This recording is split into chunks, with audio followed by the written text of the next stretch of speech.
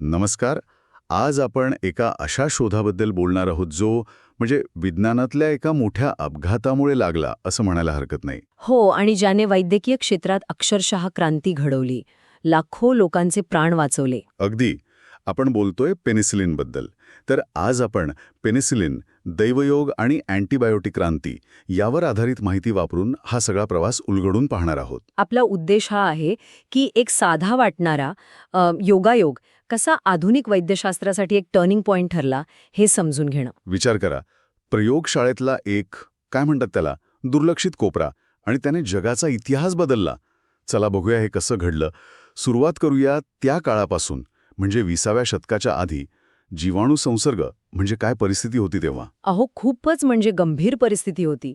Pneumonia झाला किंवा रक्तात संसर्ग झाला, सेप्सिस ज्याला म्हणतात. किंवा अगदी साधी जखम जरी झाली तरी हो, ती सुद्धा जीवघेणी ठरू शकत होती अनेकदा. कारण खरं तर आपल्याकडे खात्रीशीर उपचारच नव्हते त्यावर. म्हणजे शास्त्रज्ञांसमोर एक मोठं आव्हान होतं नाही का? अगदी मोठं असं काहीतरी शोधायचं होतं जे फक्त बॅक्टेरियाला मारेल, पण आपल्या शरीराच्या पेशींना म्हणजे मानवी पेशींना काही इजा करणार नाही. आणि ही खूप कठीण काम होतं. हो ना, म्हणजे विचार करा, शत्रूला मारायचंय पण स्वतःच्या सैन्याला धक्का न लावता, तसंच काहीसं. खूप प्रयत्न चालू होते, पण म्हणावं तसं यश मिळत नव्हतं. आणि मग आलं 1928 साल, सप्टेंबर महिना. बरोबर. अलेक्झांडर फ्लेमिंग, लंडनच्या सेंट मेरी हॉस्पिटलमध्ये काम करणारे जीवाणूशास्त्रज्ञ. ते सुट्टीवरून परत आले होते आणि त्यांची प्रयोगशाळा थोडी अस्ताव्यस्त होती असं म्हणतात. हो, आणि त्यात स्टॅफिलोकॉकस ऑरियस नावाचे जीवाणू वाढवलेल्या काही पेट्री डिशेस होत्या, म्हणजे काचेच्या बशा. त्या तशाच राहून गेल्या होत्या. आणि मग काय झालं? त्यातल्या एका प्लेटने त्यांचं लक्ष वेधून घेतलं, कारण ती प्लेट एका बुरशीने दूषित झाली होती. बुरशी? म्हणजे खराब झाली होती ती प्लेट? हो, एक प्रकारची निळी हिरवी बुरशी. नंतर तिला पेनिसिलियम नोटाटम असं नाव मिळालं. पण गंमत अशी होती बरं का, की त्या बुरशीच्या आजूबाजूला अगदी लागून एक स्वच्छ जागा होती. स्वच्छ जागा? म्हणजे तिथे स्टॅफिलोकोकस जीवाणू अजिबात वाढले नव्हते. बाकी सगळी प्लेट जीवाणूंनी भरलेली होती, पण त्या बुरशीभोवती एकदम क्लिअर झोन होता. अच्छा, म्हणजे त्या बुरशीतून काहीतरी असं येत होतं जे त्या जीवाणूंना वाढू देत नव्हतं. अगदी बरोबर. हा खरं तर अपघातच होता. ती बुरशी तिथे कशी आली हेही नक्की नाही, कदाचित खिडकीतून वगैरे, पण फ्लेमिंगनी याचं महत्त्व ओळखलं. त्यांनी त्या द्रव्याला काय नाव दिलं? त्या बुरशीच्या नावावरूनच पेनिसिलिन. पेनिसिलिन. इथेच खरी म्हणजे गंमत सुरू होते. कारण शोध लागला होता, पण त्याचा वापर लगेच सुरू झाला नाही झाला. फ्लेमिंगनी त्यांचे निष्कर्ष 1929 मध्ये पब्लिश पण केले. पण झालं काय की ते पेनिसिलिन खूप अस्थिर होतं, अनस्टेबल. म्हणजे ते शुद्ध स्वरूपात वेगळं करणं कठीण होतं. हो, आणि साठवणंही.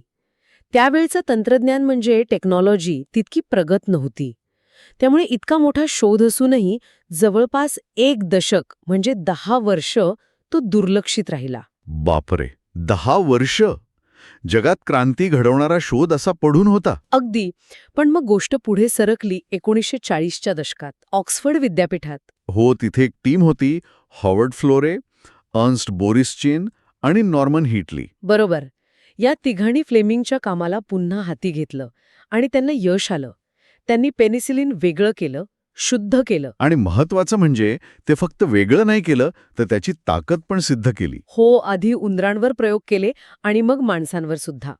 गंभीर जीवाणू संसर्ग झालेले रुग्ण बरे झाले पेनिसिलिनमुळे हे त्यांनी दाखवून दिलं. त्यांच्यामुळेच पेनिसिलिन प्रयोगशाळेतून लोकांपर्यंत पोचू शकलं. आणि याचा मोठा परिणाम कधी दिसला? दुसऱ्या महायुद्धाच्या काळात.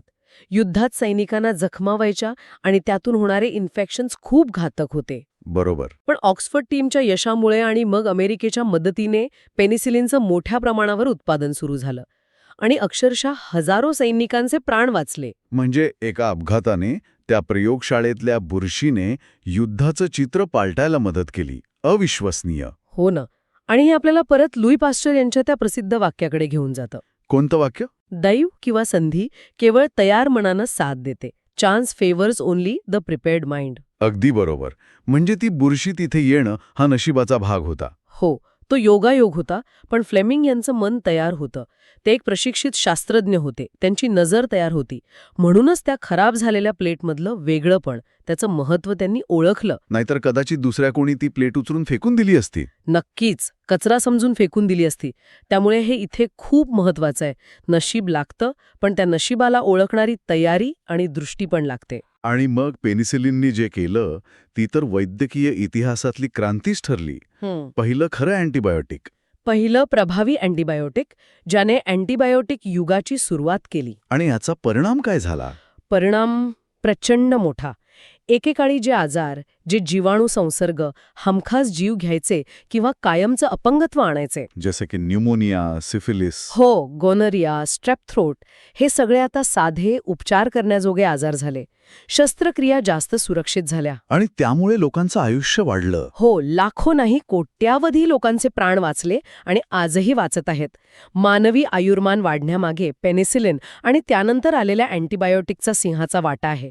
याचा व्यापक विचार केला तर हे खूप मोठं योगदान आहे. तर आजच्या चर्चेतून आपण काय महत्त्वाचं शिकलो? पेनिसिलिनचा शोध हा अपघात म्हणजे दैवयोग आणि एका शास्त्रज्ञाची तीक्ष्ण नजर यांचा मिलाप होता. बरोबर. विज्ञानात किंवा खरं तर कुठल्याही क्षेत्रात अनपेक्षित गोष्टी किती महत्वाच्या ठरू शकतात याचं हे उत्तम उदाहरण आहे. आणि हे आपल्याला एका विचाराला पण लावतं. कोणता विचार? की आपल्या रोजच्या आयुष्यात, आपल्या कामाच्या ठिकाणी अशा कितीतरी छोट्या मोठ्या अनपेक्षित गोष्टी घडत असतील, नाही का? नक्कीच घडत असतील. आणि जर आपण त्याकडे फक्त चूक किंवा अडचण म्हणून पाहिलं, दुर्लक्ष केलं, किंवा आपलं कुतूहल जागृत नाही झालं, तर असे कितीतरी संभाव्य शोध, कितीतरी नव्या संधी आपल्या हातून नकळत निसटून जात असतील, यावर खरंच विचार करायला हवा.